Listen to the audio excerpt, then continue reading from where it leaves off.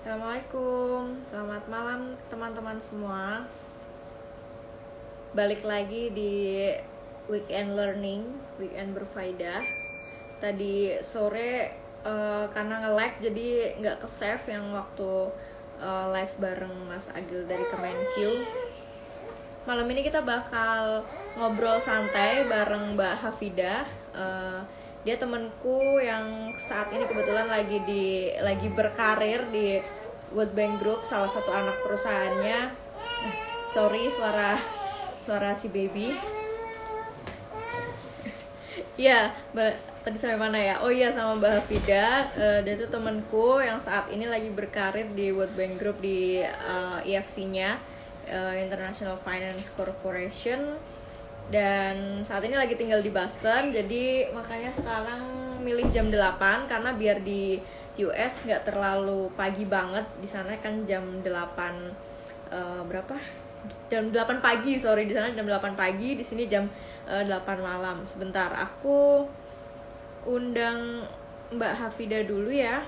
Nah, Mbak Hafida ini udah luar biasa banget walaupun cewek, tapi prestasi internasionalnya aduh nggak usah diragukan lah. S2-nya di Belanda, berkarir juga melanglang buana di beberapa korporasi internasional. Kita undang dulu Mbak Hafida. Mbak Hafida mana nih? Sebentar ya teman-teman ya, lagi. Nah, ini dia, sebentar checking connection dulu nih. Selamat pagi Mbak Hafida. Pagi Mbak Friska. Pagi. Kita pernah ketemu ya. Tapi udah sering kontak di WhatsApp. Iya, ketemu sekali doang ya waktu itu ya. Oh iya benar, cuma Ini di di itu doang. di sana masih masih summer ya? Di Iya US masih masih summer ya? masih di sini summer jam 9 pagi sih, jadi beda Oh 11 iya, jam. lupa. Lupa. Oke, sebentar aku ketik judulnya dulu. Lupa tadi belum ketik Oke. judul. Teman-teman, kenalin ini Mbak Vida. Mbak Vida mungkin boleh perkenalan singkat Oh sedikit. ya. Belum pernah kan ketemu teman-teman ngerti Iya saham. iya iya betul. Baru Silakan follow sapa juga teman-teman ngerti soalnya saham baru dulu, belajar Mbak. saham juga. Iya, jadi selamat pagi. Assalamualaikum warahmatullahi wabarakatuh. Jadi pagi ini atau malam di Indonesia, aku diajak oleh Mbak Friska dari Ngerti Saham untuk bahas terkait dengan potensi blue economy di Indonesia. Jadi mungkin ini hal yang baru. Aku sendiri sebenarnya juga baru belajar nih, maksudnya blue economy itu belum begitu lama. Jadi aku sebagai researcher, eh, karena aku sekarang di IFC atau International Finance Corporation itu ngerjainnya transportation dan mainly di port. Jadi aku banyak banget baca tentang bagaimana efeknya ekonomi di pelabuhan, kemudian kelautan itu sendiri. Jadinya malah tertarik sih ke blue economy. Aku sekarang tinggal di Boston karena aku work from home. Jadi sebenarnya kantornya di Washington DC, cuma karena suami di sini jadinya aku ya udahlah saya sama suami karena juga bisa WFH kayak gitu. Iya. Kayak gitu sih. Terus dulu aku S2 di Belanda di Delft ambil transport infrastructure logistics. Terus S1-nya di UGM Teknik Sipil. Jadi sebenarnya blue economy ini juga hal baru buat aku kayak gitu. Iya. Iya, memang bahasannya masih belum begitu banyak orang yang Iya. ngebahas, makanya aku tertarik Mm-mm. banget buat sharing ke teman ngerti saham. Apalagi notabene mereka kan teman-teman ngerti saham mostly udah jadi investor dan ada yang mungkin baru akan jadi calon investor. Jadi masih berbau-bau ekonomi itu selalu menarik buat kami. Mm-mm. Dan menurut aku juga blue Nah, economy tuh banyak sih produknya nanti. Maksudnya kalau masuk masuk ke saham tuh semua perusahaan tuh bisa aja ada dari ngejual produk yang memang dari blue economy gitu. Jadi itu bakal menarik sih buat dibahas. iya, bener banget. Nah, teman-teman, ini Mbak Hafida udah menyapa teman-teman semuanya ya. Wow, malam ini banyak nih yang join, Mbak, karena temanya emang jarang ada yang bahas dan Iya. emang menarik banget. Mungkin di awal-awal, karena ini juga aku belum begitu banyak yang tahu, mungkin secara ringkas Mbak Hafida boleh Oke. explain tentang sebenarnya blue economy itu apa sih Mbak Hafida? Iya, jadi kalau secara harfiah mungkin ekonomi biru tentang laut lah, ekonomi yang ada di laut. Tapi secara apa namanya definisi dari development sendiri, blue economy itu adalah suatu istilah yang mempertemukan dua keadaan lautan. Jadi pertama lautan sebagai opportunity atau apa ya, potensinya banyak banget dari segi tourism, dari segi perikanan dan lain-lain, tapi juga yang kedua lautan itu memiliki banyak tantangan di bidang eksplorasinya kayak gitu. Entah itu dari climate change atau dari nelayan nakal misalnya. Jadi Blue Economy sendiri ini mendefinisikan bagaimana sih cara eksplorasi sumber daya alam di laut, tapi tetap apa namanya, tetap sustainable atau berkelanjutan dan juga bisa memberikan kemakmuran buat orang-orang di sekitarnya gitu. Oke, berarti memang Gitu. kalau secara benang merahnya yang berbau-bau kelautan kemaritiman gitu mungkin ya Iya untuk gitu. blue economy sendiri sebenarnya. Mm-mm. Tapi konsep blue economy ini sebenarnya apakah di luar sana, di luar Indonesia maksudnya udah banyak yang menerapkan atau hampir semua negara serentak baru mulai menerapkan tentang konsep blue economy ini sendiri, khususnya di Indonesia itu sejak kapan? Hmm. Jadi sebenarnya istilah ini tuh baru tahun 2012 keluarnya. Jadi pas tuh lagi ada United Nations Oh, Sustainable Development Convention. Jadi kayak apa, negara-negara yang berada di G20 itu dia bikin apa namanya, convention buat development yang sustainable di bidang berbagai bidang. Terus mereka akhirnya mencetuskan nama Blue Economy ini sendiri karena makin kesini makin concern terhadap apa namanya, bagaimana negara-negara yang ada di dekat-dekat coastal atau dekat pantai itu bisa mengeksplorasi sumber dayanya, tapi mereka juga terancam oleh kenaikan sea level atau apa namanya, permukaan air laut, terus juga aksi acidification atau makin asamnya tingkat asam di laut kayak gitu. Jadi yang paling concern tuh ya negara-negara yang kayak kita nih, misalnya kepulauan terbesar di dunia Indonesia, tapi juga negara-negara kecil yang ada di Pasifik, misalnya kita ngomongin Fiji, Maldives, terus Vanuatu, Tonga kayak gitu. Mereka sangat concern karena mereka kan apa, pulau-pulau yang sangat terpengaruh sama kenaikan sea level atau permukaan laut kayak gitu. Jadi itulah negara-negara yang menyebutkan. oh, makanya Indonesia sebenarnya berpotensi banget ya, karena kan kita negara kepulauan dan uh, apa lautnya banyak banget lah, kayak Ya, akan ini. betul. Jadi memang di Indonesia tuh sama sama sama sih, antara potensi dan tantangannya tuh gede, sama-sama besar kayak gitu sih di blue economy Gede. sendiri kayak gitu.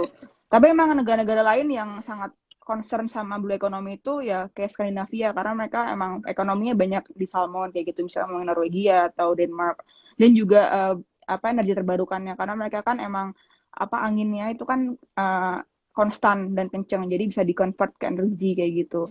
Jadi itu mereka sangat concern di bidang itu. Tapi memang untuk negara di Indonesia sendiri tuh belum terlalu apa ya, terintegrasi dengan baik gitu. Maksudnya karena ini baru dan juga mungkin kita yang basic needs saja kadang-kadang regulasi kita masih belum jelas, apalagi Ya. ekonomi yang sektor baru ini kayak gitu. Jadi belum ada master plan yang sangat aplikatif lah kalau aku lihat dari kementerian kayak gitu. Tapi memang ada beberapa dari NGO tuh bikin beberapa studi kayak gitu.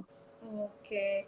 Nah, kalau di Indonesia sejauh ini udah mulai menerapkan konsep itu, dan menurut Mbak Fida berdasarkan riset-risetnya, apakah sudah mulai berjalan efektif atau masih harus menjawab yang tadi tantangannya juga besar di negara kita? Hmm.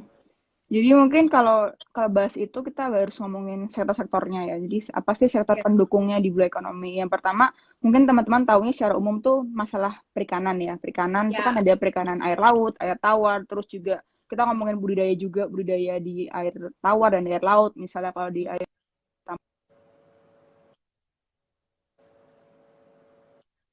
utama di Indonesia yang mulai digarap oleh pemerintah kayak gitu. Terus ada juga sektor lain tuh misalnya ngomongin renewable energy. Jadi kalau di ocean atau di laut sendiri ada energi terbarukan tuh, ada namanya energi ocean thermal. Jadi suhu laut. Jadi di situ kita bisa lihat gimana energi perbedaan suhu antara daratan sama lautan dan gelombangnya sendiri itu bisa convert jadi energi. Terus ada juga gelombang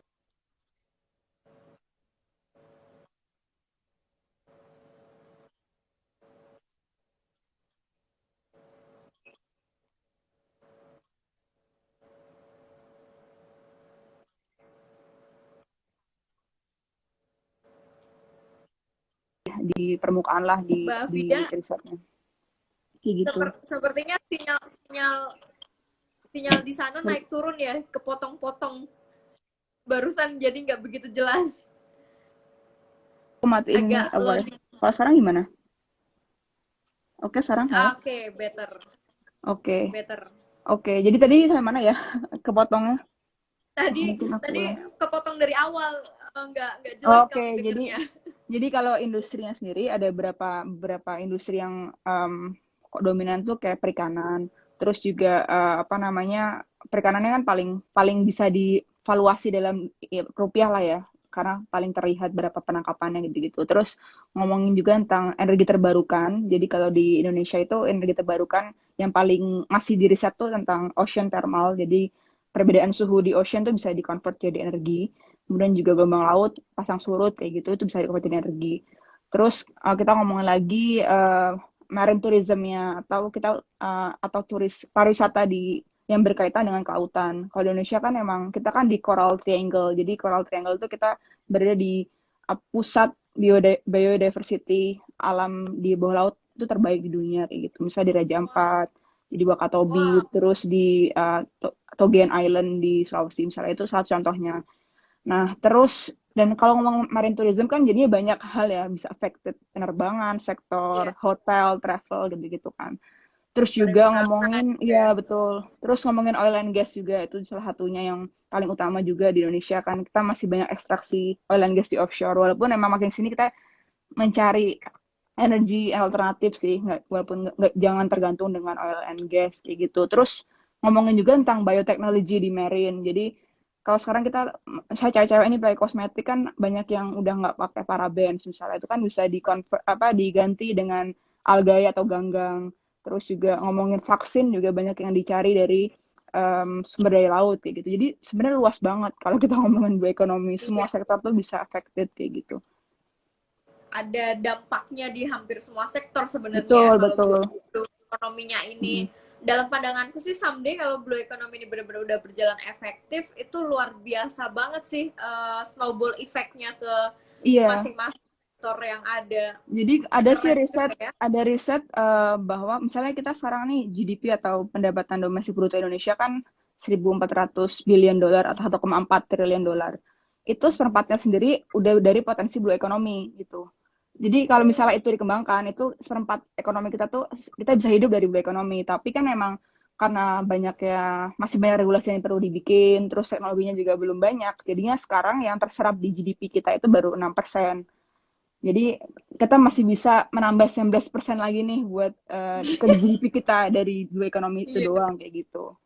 Wow, keren sih, ini potensi banget. Makanya Iya, hampir mungkin di masing-masing negara yang kemaritimannya gede bener-bener mulai digenjot betul. ya.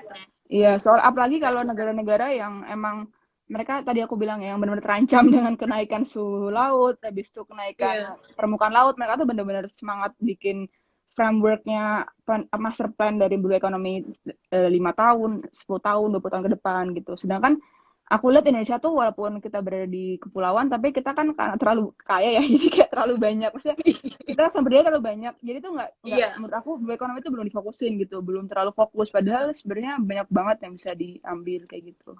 Hmm. Kalau di Indonesia sendiri konsep atau yang menjalankan blue economy ini, maksudnya yang ikut andil itu dari kementerian mana aja Mbak Vida kalau di negara kita? Oh iya, jadi kalau misalnya secara utama yang aku udah lihat paling gencar tuh pastinya KKP ya, jadi Kementerian Kelautan dan Perikanan. Karena itu kan secara real bisa dihitung sektornya ya, kayak Ya. nangkep berapa, terus tipenya apa aja. Nah, terus ada juga Kementerian SDM, karena mereka berusaha untuk cari energi terbarukan lah dari sisi selain ekstraksi mineral atau gas atau oil and gas gitu. Jadi kalau misalnya kita ngomong energi terbarukan, jadi misalnya ada di Lombok, di Selat Lombok itu kan mereka itu pertemuan antara Ocean Pacific atau Ya. Samudra Hindia sama sama Samudra Pasifik kayak gitu. Jadi kita di sana tuh bener-bener perbedaan suhunya tuh bisa dibikin jadi energi kayak gitu, sangat potensial. Dan ada beberapa investor yang sebenarnya udah mulai bikin studi di sini kayak dari Denmark, dari Belanda. Cuma sampai sekarang aku belum tahu detailnya jadi udah seaplikatif apa sih atau apakah masih riset doang atau udah sampai lebih daripada itu kayak gitu. Wah, keren-keren. Kemudian apa hasil diskusi kita kemarin juga ingin menyampaikan juga sekilas tentang gambaran singkat produksi dan konsumsi Indonesia di masing-masing sektor yang tadi Hmm, mungkin sempat disebutkan itu Mbak Vida. iya, oke. Mungkin kalau sektor sih, aku lihat Indonesia tuh belum terlalu datanya belum terlalu bagus ya. Maksudnya emang terlalu banyak sih apa ya, di digitize gitu menurut Iya. aku. Jadi mungkin aku bisa Eh, kasih yang di bidang aku sering concern yaitu perikanan sama transportasi laut misalnya. Kalau di perikanan itu, transportasi kalau laut. aku ngomongin ton kan agak fake ya. Jadi mungkin aku akan bikin itu, iya Iya. karena susah kan ngomongin ton dan aku nggak ada set. Jadi kayak kalau produksi ikan sendiri, kalau kita tuh punya ada 10 wilayah penangkapan ikan di Indonesia kayak gitu. Nah, sebenarnya kita tuh masih mengutilisasinya itu sangat rendah, masih 60%, 70%, atau bahkan 50% di beberapa daerah kayak gitu.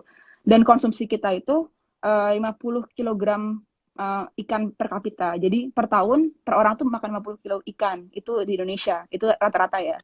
Tapi memang Iya. masih dikuasai oleh Indonesia Timur yang makannya banyak ikan karena mereka memang sangat apa ya, sangat ocean ekonomi banget lah hidupnya, kayak di Provinsi Maluku, kemudian ada di provinsi yang di apa Papua, Makassar, yang di Sulawesi kayak gitu. Sedangkan di Jawa tuh masih rendah banget. Mungkin karena kita masih agriculture based banget ya, makan tempe, tahu, ayam gitu Beda. kan, sapi gitu. Iya, jarang Sedangkan makan ikan iya gitu. gitu. Jadi kalau secara global memang kita di atas rata-rata konsumsi ikan per kapita. Jadi kalau global itu 20 kilogram per kapita kayak gitu. Kita 50-an.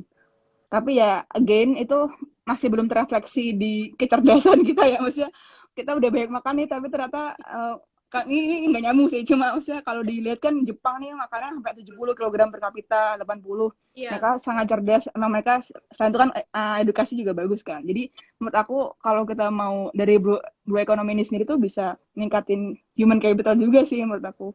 Kalau dari sisi konsumsinya. Terus kalau ngomongin energi terbarukan sebenarnya potensi kita itu dari aku baca researchnya ITB tahun 2019 itu kita ada potensi 17 gigawatt. Jadi 17 gigawatt itu adalah seperempatnya pembangkit listrik semua di Indonesia itu bisa dipenuhi dengan blue economy. Cuma kan sampai saat ini Wow. kan iya, jadi seperempatnya doang tuh kalau kita mau ngembangin blue economy itu tuh bisa terpenuhi gitu seperempatnya dari total PLT di Indonesia. Cuma kan masalahnya itu nggak belum belum terrealisasi dengan baik kan, masih perlu riset karena memang kalau kita ngomongin energi terbarukan mungkin teman-teman juga di sini yang paham bidang energi mereka juga setuju bahwa kalau ngomongin energi terbarukan tuh biaya produksinya sangat tinggi kayak gitu. Mungkin kalau dijual ke pasaran eh, per kilowatt hour-nya tuh murah dibanding dari bensin, dari oil and gas atau batu bara. Tapi produksinya itu tuh belum ada infrastruktur yang lengkap gitu. Jadi mahal banget. Dan kita ngomongin ocean kan ombak itu kan misalnya kita ngomongin ocean ini ya pakai kinetic energy itu kan ombak kan sangat nggak stabil. Kita harus benar-benar bikin infrastruktur yang baik dan studi yang baik sih buat merealisasiin itu kayak gitu. Oke, oke. Terus apalagi ya Nah, mungkin ini sih ada marine tourism itu sih. Marine tourism itu uh-uh. aku ada datanya sih. Marine tourism itu kalau di Indonesia itu bisa baca tadi Gede dulu. banget gak sih marine Iya, tourism karena tuh? jadi kita tuh punya 108 marine protected area. Jadi marine protected area itu adalah area yang bisa buat kamu diving atau even ditutup hanya untuk research aja misalnya gitu. Itu tuh kita punya 20 juta hektar untuk marine protected area sih gitu. Yang tadi mencakup daerah-daerah yang memang sangat kaya kayak gitu. Dan itu kalau di seluruh dunia aja dia tuh menyumbang 41 billion USD buat marine tourism kayak gitu. Jadi kalau di Indonesia yang seluas ini, tadi aku bilang ada 20 juta hektar, itu bisa dihitung lagi lah, itu bisa gede banget potensinya kayak gitu. Gede banget sih itu. Iya, iya. Jadi sebenarnya blue economy dan masalah sektor ini sangat potensial banget sih, tapi emang harus digarap Iya. dengan serius kayak gitu. Ya buat Nah, negara kita ini yang banyak sebenarnya tuh kita harus fokus sih, kalau iya. nggak Nah, jelas gitu. fokusnya itu sepertinya yang masih kayaknya jadi tantangan ini ya.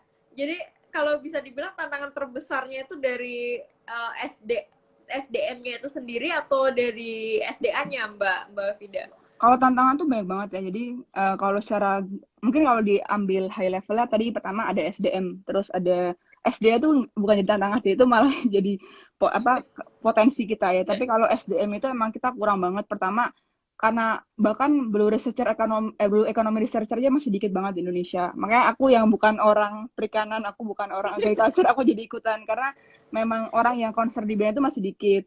Terus juga kedua, teknologinya kan masih belum mumpuni, apalagi kalau yang udah mulai ke bidang energi. Terus kita ngomongin juga perikanan tangkap itu kan juga karena kita kepulauan, kita harus punya storage yang bagus biar ikannya nggak busuk, biar value-nya ikan tuh masih terpreserve sampai diekspor atau dijual di end customer kayak gitu. Itu yang masih jadi kendala buat kita karena juga kalau kita ngomongin di timur yang begitu banyak ikan, tapi sebenarnya energi listriknya tuh kan masih mati terus kan listriknya. Jadi Iya. itu jadi kendala dulu Masih ya zamannya. suka kadang mati-matian. Iya, jadi kayak apa namanya, kita lihat zamannya Bu Susi itu, Bu Susi pengen bikin hub. Jadi kayak pergudangan ikan di timur, di laut-laut di timur. Tapi kendalanya adalah energi itu sendiri dan juga ngomongin provider apa namanya telekomunikasi itu kan juga masih masalah ketika kamu mau bikin IT based system untuk logistiknya gitu. Terus ya itu sih aku lihat dan masing-masing provinsi itu masih punya ego sektoral. Jadi kayak ada provinsi yang benar-benar aware dengan adanya marine tourism. Jadi Blue provinsi, economy ya ini. betul. Jadi misalnya Raja Ampat tuh sudah cukup bagus. Mereka memang fokus di marine tourism. Mereka nggak mau ada ekstraksi minyak, nggak mau ada ekstraksi apapun di situ. Tapi ada beberapa provinsi yang oportunis, kayak semuanya mau diambil, jadinya nggak fokus dan juga jadi nggak sustainable kan. Mau mau mau diving tapi yang di tempatnya koralnya udah hancur misalnya kayak gitu. Iya. Oke, berarti ya sama-sama besar bener ya tantangan sama Iya potensinya. betul. Berarti dengan kata lain ya ekonomi kita di masa depan tuh bakal wow banget sih pastinya Iya, kalau hampir ya. semua Kalau sektoral orang-orangnya juga bakal saling SDM-nya juga bagus gitu kan. orang-orangnya juga sadar. Iya betul karena gimana ya kan aku ngeliat di mana Norway atau Denmark itu benar-benar preserve blue economy karena mereka negara yang sumber dayanya tuh nggak sebanyak Indonesia misalnya. Jadi mereka emang benar-benar protect apa yang mereka punya seperti renewable energy. Tapi kalau Indonesia kan kayak punya semua jadi kayak makin banyak orang dan investor yang main kadang-kadang nggak sesuai dengan regulasi itu kan Indonesia jadi ngeri maunya banget. maunya berpariwisata doang.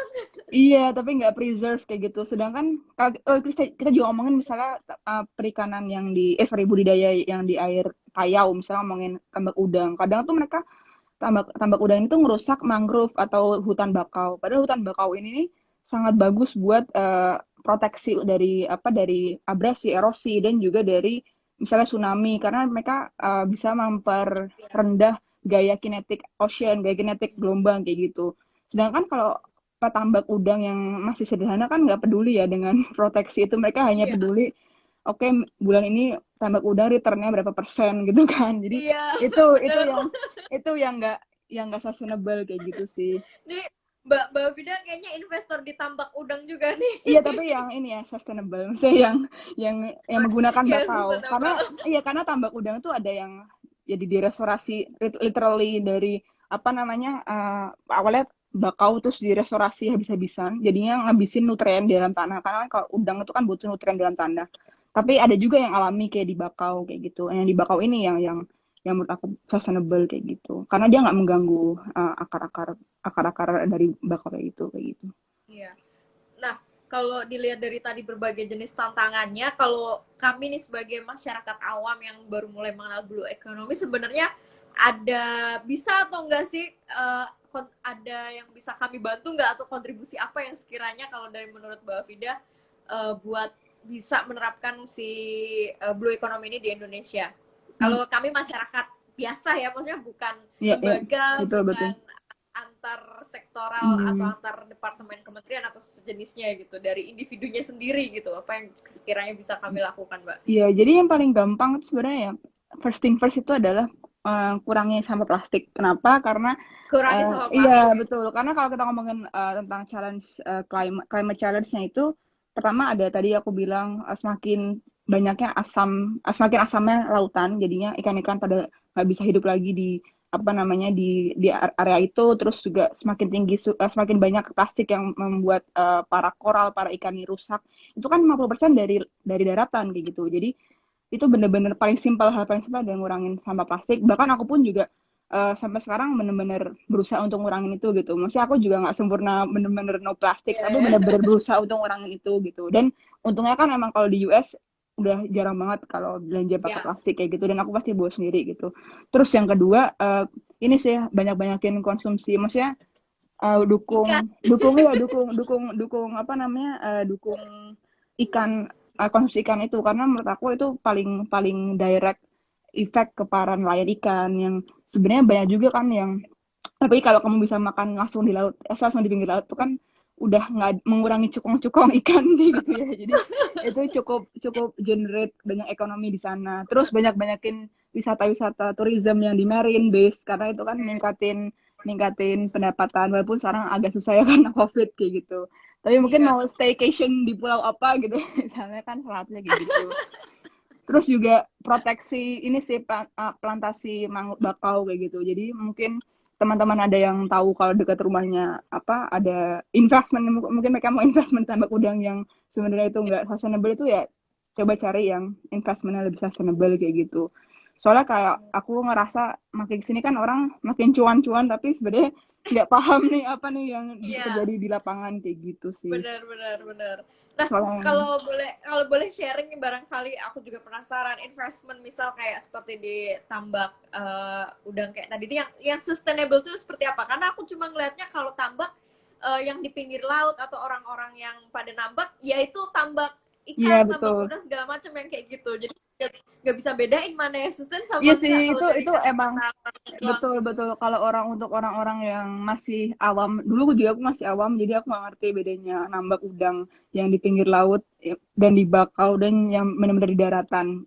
Nah, ya, jadi bisa bedain dari lokasinya sih. Maksudnya kalau yang di pinggir pantai itu eh, kita lihat aja mereka. Aku sih sukanya emang terakhir kali tuh ke Sukabumi gitu. Jadi mereka emang banyak yang di dekat Pantura gitu kan juga banyak yang invest tambak udang di daerah Bakau. Jadi aku survei sih, survei Aku anak langsung. Tapi Pantura, padahal aku anak Pantura tapi nggak begitu suka ikan. iya jadi kayak apa namanya bisa lihat itu sih. Cuma maksudnya buat orang-orang yang baru emang agak susah. Mungkin ada beberapa aku pernah baca sih kayak apa namanya investment portfolionya kan. Jadi bisa baca dari situ sih. Kalau enggak Oh, iya. tanya investornya langsung. Soalnya emang susah sih kalau cuma lihat bisa di P2P lending tapi nggak tahu nih orang Iya, sustainable atau enggak gitu. benar, benar, benar, benar. Terus Mm-mm. yang menarik tadi tentang apa marine tourism. Nah, Mm-mm. aku penasaran juga titik-titik marine tourism itu di Indonesia kita bisa lihatnya di mana sih? Maksudnya ada yang daftar listnya atau mungkin website atau apa yang menyediakan info marine tourism di Indonesia tuh titiknya di mana aja? Ada nggak, Mbak? Sebenarnya sebenarnya tuh nggak ada yang formal, tapi maksudnya kalau si kakak sorry Menteri Menko Maritim itu mereka mengeluarkan beberapa list ini sih, list marine protected areas. Jadi area-area marine yang bisa kita datengin, tapi kita emang nggak bisa terlalu banyak eksploitasi karena kita sebagai tourism kan santai aja kan, maksudnya kita bukan yang penambang atau apa gitu. Jadi itu mereka mengeluarkan listnya sih kayak gitu. Kalau nggak coba aja kamu apa namanya cek-cek di travel travel langsung cek aja untuk marine marine tourism atau sesuatu, karena sebenarnya nggak ada list formal sih dari Oke, ininya. oke, oke, oke. Karena biar kita bisa bantu, ya udah kita datengin ntar yang titik-titik marine tourismnya. Tapi sebenarnya marine tourism tuh nggak formalis gitu, misalnya kamu asalkan itu memang based on kelautan, kamu ke Anyar Iya, aja tuh udah base kelautan, atau iya, mana ya yang dekat ya misalnya ke Ancol makan makan seafood itu kan udah marine tourism kayak gitu. Jadi iya, itu sih iya, yang iya. mesti di apa namanya didukung kayak gitu. Oh, nih suamiku nanya di komen nih, iseng dia nih. Kalau di Indonesia sebenarnya mungkin ada datanya mungkin sebelumnya ya. Mm. Berapa persen sih potensi blue economy yang sudah dimanfaatkan Oh iya. di Indonesia? Kalau secara persentase mungkin kalau dari data sekilas berapa persen, Mbak Iya, Fida? jadi tadi aku udah bilang, misalnya tadi kan ada 25% GDP kita atau pendapatan domestik bruto kita tuh baru 1000 berapa tadi? 4 4 7% jadi 1,4 triliun kita potensinya adalah di 250 miliar USD, tapi baru kepake 6%-nya berarti less than 1 billion gitulah. Jadi masih ada 20-an masih ada 200-an something yang bisa ditelaah lagi ya, dalam miliar USD ya kayak gitu. Jadi kayak Oh, berarti emang gede banget sih bidang itu. iya. Dan itu semua sektor pun kalau kita bandingin misalnya sektor bioekonomi itu tuh ada datanya dari KKP, itu tuh mereka growth-nya per tahun 7%. Itu lebih tinggi daripada pertambangan, daripada ngomongin jasa, daripada manufaktur. Manufaktur 5%, konstruksi 5%. Tambang mungkin 7% nggak nyampe. Mungkin mereka cuma 2%. Lagi kayak sekarang kayak gini kan. Jadi gede banget sih growth-nya di Iya, bioekonomi itu iya. sendiri itu. Wow. Ini aku jadi membayangkan seandainya Blue Economy sukses di Indonesia, kayaknya bakal banyak yang ada di sektor itu bakal IPO di Bursa Efek. Iya, sekarang aku lihat sih orang-orang, nah sekarang ini juga ada ini sih udah mulai banyak perusahaan-perusahaan budidaya baru yang baru Iya, ada 5 tahun lalu, baru ada 3 tahun, 2 tahun, mungkin nggak tahu 5 tahun lagi makin banyak yang IPO. Jadi kayak misalnya aku curhat aja kayak di investment tambak saham itu aja kayak sorry tambak udang aja kok tambak saham tambak udang aja itu kayak even per bulan bisa 10%, 7% gitu. Jadi maksudnya itu short term sih ya, bukan long term. Jadi maksudku itu sangat potensial gitu kalau bisa dibikin IPO kayak gitu. wah. Mungkin Mbak Fida nanti bisa bantu nyemangatin para pebisnis ini tambah udang buat IPO di bursa, Mbak. Itu Iya kayaknya nanti sangat potensi banget itu. nanti nanti aku dukung yang sustainable investnya. Iya, yang sustain kayak gitu tuh yang mereka misalnya mereka butuh pendanaan kan sebenarnya mereka bisa mencari lewat bursa efek kan melalui IPO itu. Jadi apalagi di bursa nyaris masih ini banget untuk sektor Iya uh, betul. di bidang kayak Dan gitu memang masih aku bilang dikit tadi ya, banget, marine ekonomi itu belum produknya baik ada. banget gitu. Jadi kayak mungkin Unilever punya juga produk dari blue economy, dari ganggangnya untuk sabun atau apa kan kita nggak tahu ya. Jadi sangat diverse sih, nggak Iya, yang bisa direfleksikan dalam satu satu slot saham gitu doang gitu misalnya. iya. Hmm, Nah, gitu. menarik banget, makin makin dapet nih maksudnya gambaran tentang blue economy dan potensinya ternyata masih sangat luar biasa. Mm-mm. Kalau sekilas untuk outlook nih Mbak Fida, outlook ke depan untuk blue economy dan proyeksi keberhasilannya kira-kira nih berapa tahun kita bisa memenuhi prosentase yang masih kurang itu tadi? Nah, itu aku juga kemarin cari riset tentang itu kan. Karena di Indo itu masih sangat baru ya. Jadi mungkin yang bisa aku kasih itu memberikan potensi-potensi apa ya yang ada di Indo, karena sebenarnya juga saking banyaknya potensi yang ada di bioekonomi itu belum ada riset yang spesifik ngomongin per sektor. Aku cek di beberapa paper Iya, yang aku baca. Tapi kalau misalnya kita kita cek lagi tadi kita kembali ke misalnya energi terbarukan. Itu kan kita punya 17 gigawatt potensi dari ocean thermal energy, ocean kinetic energy, itu berarti bisa memenuhi seperempat dari PLT pembangkit listrik di Indonesia. Itu udah gede banget. Terus ngomongin tentang fishery sendiri, di berapa, jadi ada 10 wilayah penangkapan ikan, itu tuh masih rata-rata utilisasinya masih 50%, 40%. Jadi kayak aku kasih data deh biar lebih enak. Jadi misalnya yang paling paling rendah itu kayak di daerah Sumatera, di Selat Sunda itu masih nggak terlalu banyak utilisasi dari wilayah penangkapan ikan kayak gitu. Terus kalau kita ngomongin bio marine teknologi sendiri, itu aku melihat makin banyak para apa ya researcher obat atau farmasionis itu mereka nyari-nyari obat dari ganggang, kemudian juga oh, dari seaweed sendiri. Dan kalau kita ngomongin ngomongin diet juga kan seaweed bagus buat diet misalnya. Ini banyak banget sekarang produk-produk soy bar tapi di mix sama seaweed, karena juga itu iya. murah juga seaweed gitu kan. Itu kan kayak literally rumput aja gitu kan kalau di laut kayak gitu misalnya. Jadi sebenarnya banyak banget peluang kan kalau misalnya ngomongin marine tourism juga makin sini pemerintah makin menggalakkan banyak zona ekonomi untuk pariwisata entah itu di Belitung. Jadi mereka apa ya kolaborasi antara edukasi antara apa namanya pariwisata kelautan, terus juga ada juga ngomongin di mana sih desa-desa di sekitar laut tuh mereka bikin tur-tur sendiri kayak gitu. Jadi itu banyak banget sih di Indonesia sekarang. Jadi masih banyak banget kalau teman-teman ya tertarik invest di semua bidang related dengan marine tourism, Iya. perikanan tuh masih gede banget peluangnya gitu. Terutama sih aku apa yang di marine tourism itu yang dalam bayanganku itu bakal booming banget kalau misal Iya, blue economy udah semakin Karena tergenjot banget. makin sini pun aku juga diverse, jadi aku bisa membandingkan progresnya dulu orang diving sama sekarang tuh, maksudnya sebelum COVID ya, itu kayak super super apa ya, super besar lah kenaikannya. Entah itu karena memang pertama juga ada dari sektor internet yang mulai tumbuh kan, jadinya orang-orang kayak FOMO gitu kalau nggak jalan-jalan kemana misalnya kayak gitu. Jadi itu satu contoh sih, kalau tourism tuh bakal naik banget kayak gitu di bidang Iya. ini. Oh, ini menarik banget. Ini langsung membayangkan kayaknya Blue Economy bisa membuat IHSG kita mungkin Hijau lebih ya. dari 10.000. Iya iya iya iya iya. Kalau kalau boleh tahu kalau di Amerika sendiri di sana maksudnya Blue Economy juga masih sama seperti Indonesia masih sedikit diterapkan atau di sana udah lebih maju juga? Karena kan masih baru sama-sama baru ini. Sebenarnya kalau US tuh bukan apa ya, bukan ide apa tempatnya ideal untuk melihat blue economy, walaupun mereka juga udah menerapkan beberapa framework untuk blue economy karena mereka negara daratan kan, jadi Iya, ya hanya paling barat timur doang yang iya, ada jadi mungkin pantainya. yang concern dengan blue economy itu hanya beberapa state tertentu, misalnya di Kayak West ini Coast atau East Coast gitu. Hawaii, Hawaii gitu dia concern Oh juga iya, nggak kalau Hawaii? Hawaii emang, maksudnya itu Hawaii kan kayak ini ya, exceptional ya, emang Hawaii itu emang Iya. dia Kanada dulu emang diciptakan untuk menjadi tempat marine tourism kan. Jadi mereka cukup cukup dewasa lah untuk bagian apa namanya, bagian development master plan. Tapi kalau mungkin mau lihat yang bagus menurut aku malah di Seychelles. Seychelles tuh negara kepulauan yang dulu jajahan Perancis, itu mereka punya master plan yang bagus banget, dan mereka even punya blue economy apa namanya, blue economy major sendiri buat kuliah kayak gitu. Jadi mereka, Oh, iya, jadi emang mereka benar-benar belajar untuk mempertahankan hidup mereka dari blue economy kayak gitu. wah, iya Mauritius iya. juga, Mauritius, terus kita ngomongin Fiji juga kayak gitu.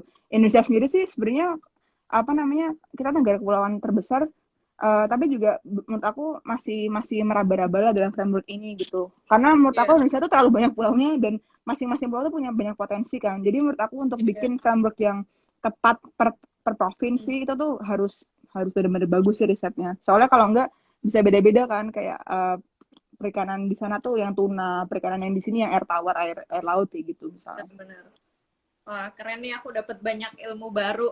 Wah, keren-keren. Bentar, kita jawabin pertanyaan netizen dulu ya, Mbak Vida ya. Iya boleh Ada boleh. beberapa yang nanya. Nah, ini masih nyangkut apa enggak? Masih nyangkut tentang topik apa enggak ya? Ada yang nanya, SDA nikel di Indonesia menurut kakak gimana? Waduh, ini sangat ini ya, sangat sangat detail tambang. Mungkin aku nggak bisa jawab terlalu detail, tapi menurut aku kalau sekarang aku lihat malah banyak, kalau di marin di laut sendiri tuh yang paling hit sekarang tuh namanya deep sea mining. Jadi deep sea mining itu adalah penambangan di dasar laut. Nah, itu tuh masih sangat apa namanya, masih sangat awam dan susah dilaksanakan, karena kan tentunya kalau kita mining di bawah laut kan akan takut merusak koral atau merusak habitat ikan-ikan yang di sana. Jadi Iya. di sana sih kalau aku baca di risetnya emang itu banyak banget di bawah, jadi di dalam dalam dasar laut tuh super banyak potensi yang bisa digunakan. Iya. Bahkan penelitian dari UN tahun 2018 itu mereka bilang kalau ada operator penambang yang bisa ngelesain 10% aja dari deep sea, itu bisa GDP-nya sama kayak US, negara terkaya sekarang di dunia kayak gitu. Tapi Oh, lagi-lagi itu harus ada regulasi yang tepat, terus juga harus iya. ada bagaimana sih ke depannya ada limitasi lisensi atau gimana. Karena itu kan ngeri ya kalau orang-orang udah mulai ngancurin ngancurin deep sea kayak gitu. Kalau nikel sendiri aku nggak begitu paham secara Karena detail. tambang ya. Iya, tapi emang kalau di mining itu emang ada metal, ada nikel gitu-gitu, ada gold juga Iya. gitu. Wah. Ada yang komen, sepertinya di Indo ayam lebih mendominasi daripada ikan. Bener juga sih kayaknya. Iya, sebenarnya emang itu karena mungkin dulu kita sangat ini ya, sangat digaung-gaungkan agriculture ya. Jadi kayak Iya. apalagi kalau ngomongin di Jawa, Jogja, misalnya aku dari Jogja, kayak dari kecil aku makannya tempe tahu. Jadi kayak Tempe sama sangat Mbak jauh Vina. dari ikan kayak Aku gitu. aku padahal si Pantura ya, tapi kok kenapa jarang makan ikan ya? Ini perlu Pantura biasanya dipertanyakan sate kayaknya. sate kambing ya, sate kambing muda gitu. Iya, jadi menurut aku itu sih yang emang kita apa ya, maritime maritime prinsipal kita tuh masih kurang gitu ya. Wah, ini keren. Sebentar aku screen. Scroll pertanyaan dulu, tadi ada yang nanya. Eh, Oh, tadi ada yang mau mastiin tadi 200 USD billion yang kepake baru 6% billion atau million ya tadi, Mbak? Billion USD. billion ya Iya, USD, gitu. teman. Tuh lihat, Baru bayangin 6%. teman-teman ya, kalau blue economy benar-benar berjalan efektif, itu nanti bakal dampaknya itu aku berharap bakal banyak perusahaan-perusahaan yang punya imbas dari blue economy ini bakal IPO banyak di bursa, dan itu pastinya bikin banyak investor pastinya mau join di sektor ini juga yang Iya. masuk di arena lagi di area blue economy itu sendiri. Jadi kita sebagai warga biasa individual yang kayak tadi Mbak Vida bilang ya, kita bantu nyelat apa, kurangin plastik, perbanyak makan ikan, perbanyak liburannya ke marine tourism, itu Iya, juga iya. bisa bantu untuk meningkatkan prosentase blue economy. Keren nih, ilmu baru yang sangat super berfaedah. Wah, ini ternyata oke, 10 menit lagi hampir Ya, tapi aku 1 jam. Sorry, ada menarik, aku baca barusan questionnya. Jadi emang apa? jadi ada relate sama SDG, jadi Sustainable Development Ya, Goals. Jadi emang kalau blue economy itu paling paling mirip sama development goals dari UN tuh nomor 14. Jadi life below water kayak gitu. Tapi juga ya. nyangkut sama yang lain kayak Yang gambarnya ikan itu ya. iya, betul, ada SDG 7, jadi affordable and clean energy, terus ada SDG 9, industry innovation and infrastructure, karena kita ngomongin apa namanya infrastruktur kelautan yang di sekitarnya gitu sih. Jadi itu nyambung sih dengan SDG yang lain. Wah, ini ada yang nanya sejauh apa proyeksi Aduh. Indonesia dalam ratifikasi Oh, oke. regulasi untuk mendukung sustainable, khususnya Oh, ini nggak logistik. apa sih, aku soalnya riset aku emang di logistik ikan, jadi aku cukup cukup agak paham lah dibanding yang Nikel tadi. Jadi kalau logistik ikannya emang udah ada namanya SLIN, jadi Sistem Logistik Ikan Nasional. Jadi itu emang mereka dari zamannya KKP ini bikin apa namanya bagaimana penentuan dari produksi ikannya, terus juga bagaimana di mana sih di store ikannya di per provinsi, terus juga bagaimana konsumsinya, itu rantainya pasok kayak gimana. Jadi itu udah ada sih di Indonesia, walaupun emang mungkin harus diadaptasi per provinsi lagi-lagi karena kita terlalu luas, jadinya per provinsi tuh beda infrastruktur, beda Iya. SDM, beda teknologi juga kayak gitu. Wah, keren-keren. Mbak Vida, ini sebelum hampir 1 jam, nanti aku izin save di IGTV ya Mbak Vida Iya, ya, boleh biar boleh boleh. makin banyak yang dapet lah insight-insight baru, dan ini jujur pengetahuan baru bagi kami di industri Aku juga pasar kok modal. baru. Tapi kan Mbak Vida suaminya udah mulai jadi investor saham. Iya, iya, iya. Oh iya teman-teman, FYM minggu depan kita bakal live juga bareng suaminya Mbak Vida dengan topik lain tentunya, bukan blue economy lagi. Nanti kita umumin lagi. Ini Pak Sutri ini benar-benar cukup menginspirasi aku pribadi sih, makanya aku ajak collab karena aku pikir ilmu-ilmu mereka itu wajib untuk di-sharingkan gitu, biar masyarakat awam seperti kita itu biar tahu juga, biar mulai Ya, paham aku gitu. juga follow ngerti saham biar makin paham. Nanti semoga bisa jadi investor saham Iya, segera kayak baik suaminya. baik baik baik.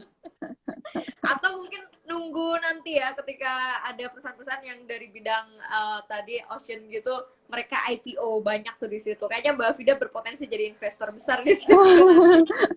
Amin amin. Nah, Mbak boleh beri ini mungkin sedikit closing statement sebelum kita akhiri sesi Blue Economy ini untuk teman-teman di sini. Ya, jadi ini sih aku berharap teman-teman di sini mulai aware dengan keberlanjutan laut kita, karena kita cuma punya satu laut di dunia ini, total laut di dunia ini kita punya satu. Terus kita juga lebih ini sih lebih menanamkan maritim karakter juga kita, maksudnya banyak makan ikan, terus juga makin peduli dengan tourism di bidang kelautan juga, terus juga makin rajin-rajin aja baca tentang blue economy. Menurut aku tuh sangat bermanfaat nanti di future-nya kayak gitu, karena kita bisa lihat tadi potensinya gede banget. Ya, Dan kalau potensinya gede banget. agriculture tuh bakal habis, tapi lautan tuh nggak pernah habis menurut aku kayak gitu. Iya, bener. Wah, ini sektor yang sangat menarik. Lautan itu nggak akan pernah habis, teman-teman. Iya. Notes di situ. Oke deh, Mbak Vida, thank you Yuk. banget Iya, waktunya sama-sama dan Mbak Priska. ilmunya udah mau sharing. Next week kita ketemu sama Mas Oki, suaminya Mbak Vida ya. Sukses selalu di World Bank Washington DC. Ya, sama-sama Semoga Mbak. ada pertanyaan. Ada pertanyaan lagi? Oh, nggak ada. Kirain suamiku mau nanya lagi. Wah, ini jalur belakang nih suaminya. Ada ini nggak kerjasama dengan pemerintah Indonesia nggak, yang bank sama pemerintah Oh, Indonesia yang sampai Oh. nanya sejauh ini ada kerjasama nggak World Bank dengan pemerintah Oh, jadi Indonesia dalam World Bank sendiri itu ada divisi baru, Blue Economy namanya. Jadi dia baru ada kayak mungkin 2 tahun lalu. Dan project awalnya dengan government Indonesia itu adalah bikin framework sustainable tentang blue economy kayak gitu. Walaupun itu masih di high level ya, karena harus banyak riset lagi. Karena aku tadi bilang SDM-nya banyak banget soalnya kayak ya. gitu. Wah, bahkan dibikinin divisi baru ya. Iya, karena saking gedenya dibikin divisi baru kayak saking gitu. gedenya emang potensi untuk negara-negara kemarin Iya, kayak betul. kita. Oke deh, sebelum mati biar bisa aku save di IGTV. Thank you banget Mbak Vida. Iya, Sukses terus karirnya di Amerika. Jangan amin. lupa balik ke Indonesia. Iya, pasti balik kok. Pasti balik ya. Iya, cuma Oke, nemenin doang. Iya, Iya, sehat-sehat di sana di Boston. Udah mulai reda sepertinya ya COVID di Boston iya, ya. alhamdullah. Oke, Mbak Vida, thank you. Thank Stay you, safe di Nafisa dan sana. Siska. Terima kasih banyak Mbak Vida dan teman-teman semua yang udah nonton. Assalamualaikum. Salam.